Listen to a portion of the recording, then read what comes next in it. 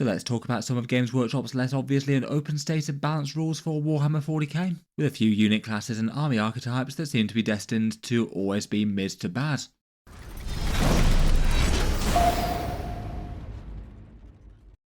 Hello and welcome back to Auspex Tactics, where today I thought we'd talk about Games Workshop's trends with helping out units and armies, and focusing in particular on a few internal balance rules they seem to have that they don't generally tend to be super open about when talking about how they change the game, and which models you can basically never expect to see good, at least within 10th edition. As we know, modern Warhammer 40k has really quite regular balance updates, usually around every 3 months or so. Some of them are a bit bigger or smaller in scope, but usually it tends to bring points and rules updates to most of the factions in the game. I say in terms of top level competitive balance and keeping things interesting there, 40k is in about as good a spot as it's ever been. Most armies are really quite playable, generally tend to play in a way that you might expect them to, and within each faction there's good arguments for using more data sheets than there have been in the past as well. Most units being able to at least fill in some sort of niche role. Even if obviously both in terms of faction balance and unit balance there's always going to be winners and losers. In general, when they do these balance updates, the usual rules seem to be that if a unit is weak and basically no one takes it in any sort of strong army list, it often tends to be those units that are the focus of buffs either with rules or points, and the same going for an entire armies and factions. Armies that are clearly doing very well might get nerfs, where armies that are struggling to perform on a more competitive level will usually get help of some form or another. I think people generally have a sense and expectation that that is the system at the moment, and I think that's got positives for Warhammer 40k as a whole. It just means that when you give advice for collecting armies and things, you can say that if you want to collect a sort of core of the army and build up miniatures as you see fit with the ones that you like, there's at least a pretty reasonable chance that a good chunk of them are already playable in some way, shape or form, and if not in the future, Games Workshop might cycle around so they get good again. For this one I wanted to focus on the armies and units that don't necessarily get this treatment, things that might be usually just deliberately kept a bit weak, some to the point of being kind of unplayably bad and some just underwhelming. It seems that within their range of Warhammer 40k, Games Workshop's just earmarked a whole bunch of unit classes where they basically want to keep their rules in the game, with their datasheet rules and points cost that you can pay, but usually setting that points level so it's somewhere between them being absolutely abysmal in terms of any sort of army strength, up to the point of being a bit more usable but kind of obviously suboptimal versus something else. It does feel like a slightly weird system given that they don't actually openly state the intention is to keep these units bad. I don't think it's really in their interest to, as it'd just be a bit of negative publicity to say that we're not bothering to maintain the rules for a certain subset of our miniatures that we sell. I'd also guess that it might not necessarily help sales if they made it very clear to everyone, say, looking to pick up some fortifications or aircraft or something. It does feel like the motivation for this, though, is to encourage the strongest form of a faction to be a more normal-looking army, which obviously is a bit subjective, but it feels like Games Workshop's got a rough sort of idea of what they want an army of their faction to look like. It usually tends to be a mix of sort of small utility units to do objective things, and central damage combos, whether they're infantry or tank-based ones, to do the big hitting and take down the enemy. In the past, they've often had the force organisation charts to try and force armies to look a little bit more normal, how you might expect to see a collection of them. They often came with the downsides of having certain units just feel like tax units that you had to take because there wasn't any other choice. And if you can successfully push people towards slightly more balanced and interactive army lists, just going by what's efficient, that's not really a bad thing to try and do that with game design. It definitely does have its positives, but also might not be great for the things that find themselves in balanced limbo. Getting into it properly though, and the first class of units that Games Workshop seem to decide they're not really going to be all that good in Warhammer 40k are the single models that cost a vast amount of points. In particular, I'm talking about the things that the real upper end of the spectrum here, so sort of small Titan scale equivalent models. It feels like the single most famous and well-known one is the Orc Stomper, which has just been very consistently on the weak side for basically as long as it's existed. I guess their intention here is to stop armies looking unusual just by having forces with one enormous central thing on either side. And it's just about those two models duking it out more than anything else. I do occasionally remember that there was some very dumb stuff that happened in 7th edition with having Titans stood on a Sky Shield landing pad to get a 4+ invulnerable save, and just basically being one great big pillar of death that could destroy enemy units at will, and most armies couldn't bring the damage to go 1-to-1 with the thing. In 10th edition though, it does seem that any Titanic style models that are over say 500 points or so usually seem to have their points frozen and not get taken into account for balance passes. The Stomper maybe feels like a particularly obvious one, even if it's perhaps not 100% terrible in Dread Mob. But perhaps another good example might be the Acastus Knight chassis. They've generally been some of the weakest ones out of the Forge world for quite some time now, Really quite big knights with scary stats, but also costing so much that it's far better to bring multiple smaller knights rather than one big one. It did feel like a bit of a demonstration that they were being a bit more sidelined when they had the big knights update, and they adjusted the points for the vast majority of their Titanic knights, but these guys neither got any adjustments either to their stat lines or to their points cost. All the really big scary and Forge World things like Warhound Titans and Taunar Supremacy armors don't generally tend to get adjustments at all.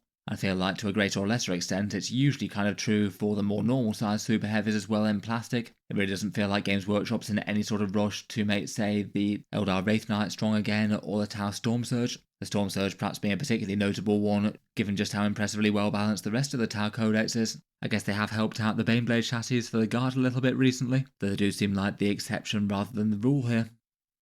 Before we move on, I'll just give a quick shout out to today's video sponsor, ObjectiveMarkers.com. They wanted to share their faction-specific objective designs with you, shipping to several locations around the world from the UK. Their main offerings are unsurprisingly these objective markers. They have a central 40mm circle on them, and then a 3-inch scoring zone around that, so you can basically see super easily whether or not miniatures are within range of the marker to score it. They're quite common battlefield accessories to use in 40k. Their particular designs have a clear base, so you can see the gaming surface through it, so they don't detract so much from the playing surface. Have some nice faction designs, like the sort of alien glyph style one, and also made to be as thin as possible, so they don't disrupt where you put your models. They've got quite a few designs of these, including a generic Auspex one. Their normal packs of them tend to be £30 or $42 for 6 of them, with free shipping over certain order sizes, I believe. They do have quite a lot of other ones to choose from, anything from Golden Guardians, Space Swarms to your Power Armored Warriors, Chaos Forces, Greenskins, and Alien Glyphs. I have a few new ones as well for Space Elves, Battle Sisters, or Greater Good. They've got a few other things on their store as well, including some ruined terrain bases, could be of interest to some of you. And in any case, check them out, links down in the video description. A big thank you to them for sponsoring this one. Next up, and compared with some unit classes, perhaps a slightly less obvious one, but it certainly feels like over 10th edition Games Workshop have an idea of how big they want a Warhammer 40k game to be, at least at a top level. And often whenever Horde armies start to achieve a certain amount of success, nerfs have either tended to be rather direct and a bit painful. To me, it feels like we've had several examples where Games Workshop has pulled some pretty reactive nerfs to single use of big Horde armies doing well in tournaments, and perhaps failing a bit disproportionately so. Say, for example, you've got one army that's doing well with one build, and then also someone manages to do well with a Horde style of the same army. There's just been several times where the Horde version of the army has just been really quite heavily punished at the next data slate. Examples so far in 10th edition are Unending Swarm Tyranids. They got hit fairly hard with rules nerfs despite being an army that was merely an okay alternative compared with the others. Basically hit hard with the nerf bat to the point where people just didn't tend to play it anymore, and they don't seem to have made any efforts to try and fix it up again and make Horde style Tyranids a good way to play. We also had a similar sort of thing happen to Orcs Green Tide. Its core rule was a very powerful one and one of the strongest ways to play Orcs. It seems that Games Workshop wants Warhorde as the most common way to play Orcs, and certainly decreased the power of Green Tide as a result. And there's another example that felt really quite clear to me with the Black Templar Crusader squads. There was a Marine Horde style army that had over 100 models in it and won a grand tournament, and fairly soon after, big 20 strong Crusader squads went up by a pretty disproportionate amount. And they were one thing that factored in Black Templars being right at the bottom of the meta for a while. Given all these past precedents, I do wonder if Recon Element Astra Militarum are going to get some sort of comeuppance for the recent success with the player who won the Las Vegas Open with them. I think the idea of why these often tend to get slapped with nerfs is somewhere between the time and model requirements for them and also the way they tend to win. I think Games Workshop know they're probably not going to sell the majority of hobbyists on, say, 200 plus model armies, or at least not bought at Games Workshop prices. And if people have got those together and put them on the table, it means that for the average player who isn't super tournament practiced, you're going to have a ridiculously long game, and the game of 40k starts to break down a little bit just with the sheer amount of time pressure that will put on people. So I guess that might be one reason why you don't necessarily want the single best army in a faction being something like a 250 model horde. Very few people are going to be able to play that. If it became the norm, then it'd add loads of time and less enjoyment to the game, I suspect. And it seems that between that, Games Workshop want to keep these horde armies as more of a niche alternative way to play, as opposed to anything that's got any chance of becoming the mainstream. I must admit it's not necessarily the greatest feeling for someone who quite enjoys Horde armies myself, but I can see why Games Workshop might not want the norm of competitive 40k to be 200 plus models slonging it out against each other and really struggling to finish in something like 3-hour time limits. Moving on to a few of the more obvious classes you'd expect to be on this list. Right from the start, it seemed that aircraft in Warhammer 40k looked like they're going to be making very little appearances in strong army lists in 10th, and perhaps just seemed to be one of the best examples of sort of one-way balance with Games Workshop there. Various aircraft have got good in different forms throughout 10th edition, though when that's happened and they've appeared in occasional niche army lists, generally the points on aircraft get raised again, and on the flip side, if aircraft are weak or bad in game, then they basically never get any help. For a few examples over 10th edition, perhaps the Helldrakes and the Astra Militarum Valkyrie are both particularly good examples. They've both been pretty horrendously bad in terms of points cost relative to the rest of their codex, and are both quite popular models in their own way, but never get any sort of points decreases despite costing far too much for really what they do. And on the flip side, we've had things like the Storm Raven be good in certain niche Dark Angels Ironstorm builds, to be met by pretty immediate big points increases there, or perhaps the Drukhari Void Raven Bomber. Pre-codex that saw at least a fair amount of competitive play. Maybe the balance change that felt the most notable for that was when Drukhari were really quite weak. Games Workshop did quite a lot of sweeping points cuts to most of their index, though the Void Raven stuck out as literally the only thing that actually went up in points, where most other things went down for a struggling faction. It seems that at the start of 10th edition, some sort of decision was made that aircraft are just not going to be a big part of this one, at least in terms of optimised armies. There are plenty of aircraft that are playable enough at a more casual level. And my guess is that that's probably something to do with either something between alpha strikes and non-interactivity, both of which are sort of expected by the way that they work, as big flyers that move super fast and are zooming along, often a long way up above the board. You both expect they're probably going to get the first strike on the enemy army, and also things with close combat weapons aren't going to be able to attack them. That does kind of create problems within Warhammer 40k if you're going to have aircraft happening in a big way. You might have huge alpha strikes where the enemy just gets to hit everything very hard before the enemy can hit them back. In the past, we've certainly have aircraft alpha strikes that could wipe out a good chunk of the enemy army turn 1. And you can also have games that just could be very weird indeed if you have a pretty much entirely melee 40k army and they're facing against one with loads of aircraft. There's just going to be lots of units that the melee forces can't actually affect. It does kind of make me wonder whether or not there's an overall gradual removal of aircraft from Warhammer 40k in general. It started out as another way that they could add a different dimension for an army, and starting in 5th edition to around about 7th edition we had lots of factions get a flyer. But in recent times, Games Workshop haven't really come out with new ones. We didn't see any new ones for quite a while, and then the last one that they released, I believe, was the Admech Archaeopter, around about 5.5 years ago now. And since then, we've had one taken away as well with a Space Wolf Stormwolf flyer. It is a bit disappointing though for certain units like the Helldrake or maybe the Guard Valkyrie. They couldn't make a bit more efforts for them to be a niche part of an army but not overly dominant. So far it seems very unlikely in 10th edition though, and as a result aircraft are a rarity on any sort of competitive army list. Hand in hand with those are Fortifications. Again, they look like they're playing by the exact same rulebook for Games Workshop. If Fortifications are weak in game, they never get any sorts of points decreases or rules buffs. And my guess would be that if they started to get some regular play in competitive lists, they'd probably attract nerfs in the same way as the aircraft. But that hasn't really been a problem for them, given the initial rules that they gave them were quite so weak and having ludicrously high points cost that they barely ever get play in game. Several of the codexes felt like they made them even more niche and weaker, even compared with their index form. Again, I suppose if you want some more normal interactive Warhammer 40k armies, Fortifications aren't exactly the most dynamic or interesting thing to have on the board. They'll just literally sit there and the opponents will have to try and deal with them. And maybe could be a bit of a weird feel if you had Fortress Town on both sides of the board, with the armies in between skirmishing around them. Again though, some of the models are pretty good fun, and it just feels a little lazy not to try and make them have some sort of niche role in the army, even if they're not the must-have competitive thing or anything. I feel like both for Flyers and Fortifications, maybe sort of hard cap of one in competitive lists or something like that could be enough to make sure they don't dominate, but doesn't really seem like a problem that Games Workshop seem to be all that interested in fixing, at least in 10th. I was kind of interested to see a couple of Necron lists use a Convergence of Dominion recently in tournament lists. They do seem to be one of the cheapest fortifications that can add a bit of value,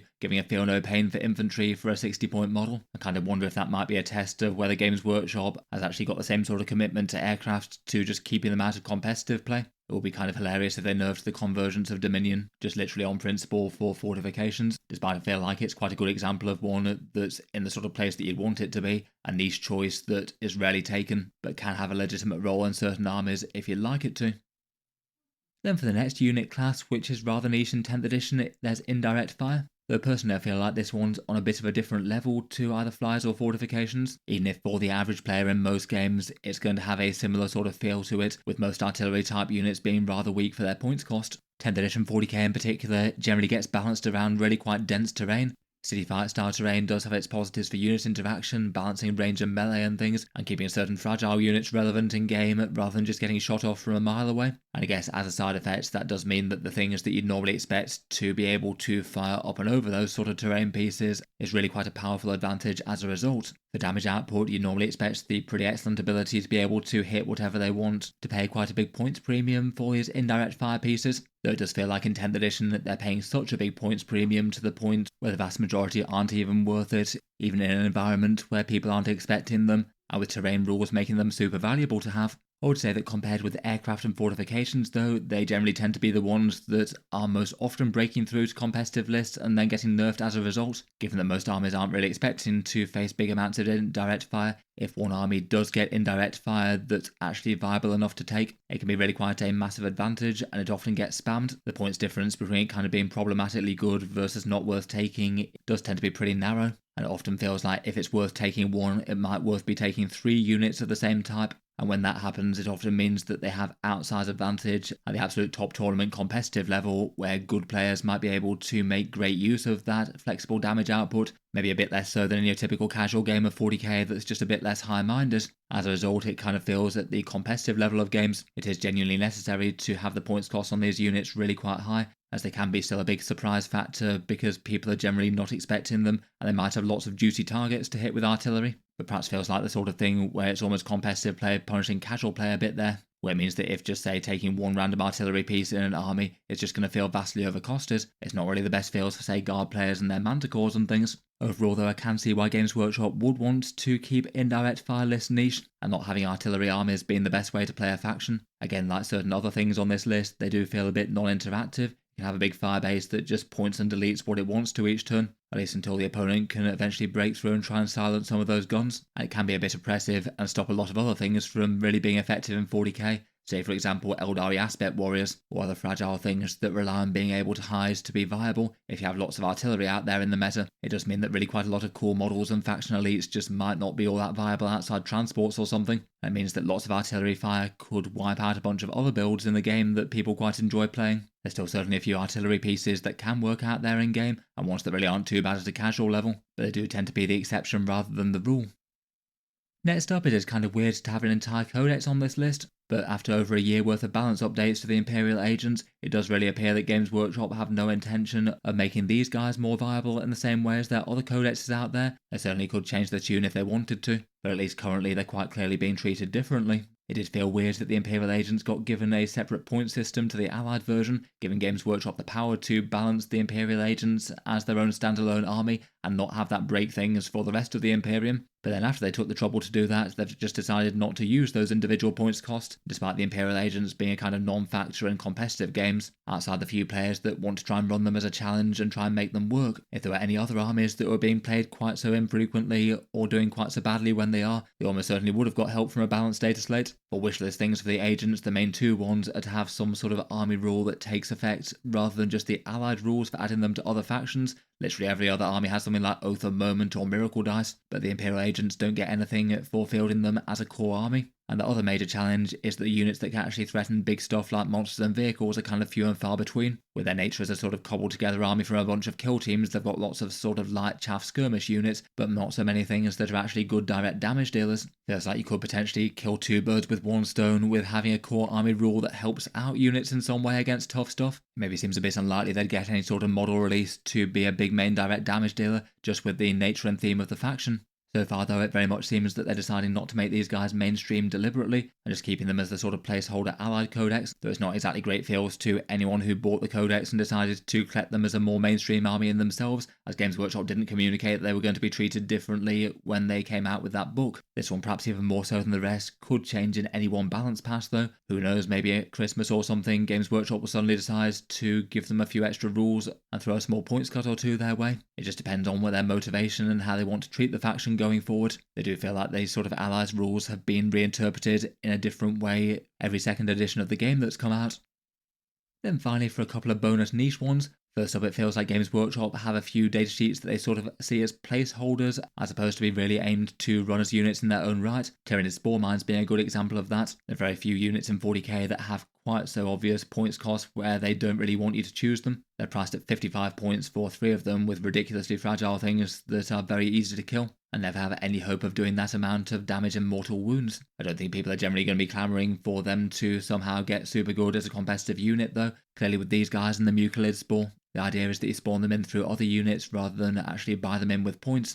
They don't exactly have too many datasheets out there like them in Warhammer 40k though.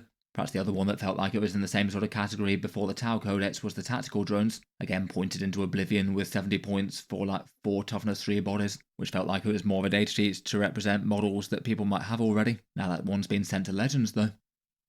Finally, on one last one that I wanted to touch on, that perhaps feels a bit different and not really so very far out of their normal remit of tone down the strongest stuff, is the kinds of units that probably are going to get outsized nerfs if they do suddenly get very good. And again, maybe have a single datasheet that's got very strong for an army that the faction might not necessarily be known for. That just really feels that you've got more chance of having some outsized nerfs for it, or you can be more guaranteed that a points increase is coming. It feels like there's been a few examples of that out there. Though for a recent more obvious one, the World Eater's Forge Fiend felt like something that you could absolutely bet on getting nerfed. Really quite strong firepower and was borderline auto-include for the faction when it was quite so cheap, but it's not like the World Eaters didn't have a fair few other auto-include units, and you could essentially guarantee that the Forge Fiend would be one of the things that are addressed, as World Eaters just aren't particularly known for their heavy firepower units, and for overall theme of the faction it might make sense for the Forge Fiend just to be a little bit more niche than it was, even if with the new 170 points they did seem to keep it playable. Another current example that I'd be very surprised if it doesn't get a points increase or rules adjustment come the next balance update is the Black Templar Repulsor Executioner.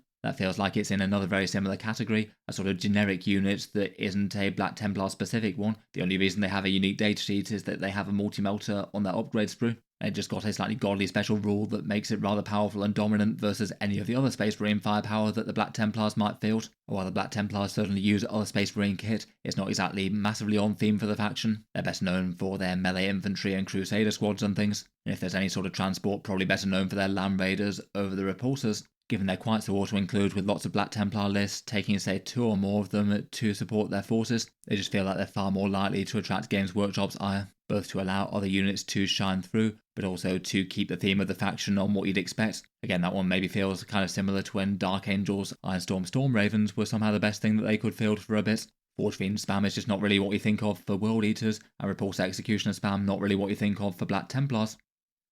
I'll leave that one there for now. Let me know your thoughts as to the units that Games Workshop just don't like to see get good. Do you think that they should make more effort to these to actually make them viable at a top sort of competitive level? Or are you happy with the status quo and keeping these sort of choices in a slightly niche suboptimal kind of role to have better focus on the core units for each faction? I look forward to hearing your thoughts down in the comments.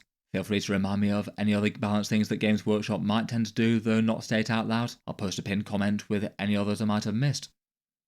That's about it for this one. Feel free to check out the video sponsor and objectivemarkers.com if you do want to take a look at their fancy faction specific accessories. There'll be links down in the video description, and they do have a bunch of cool designs on offer now.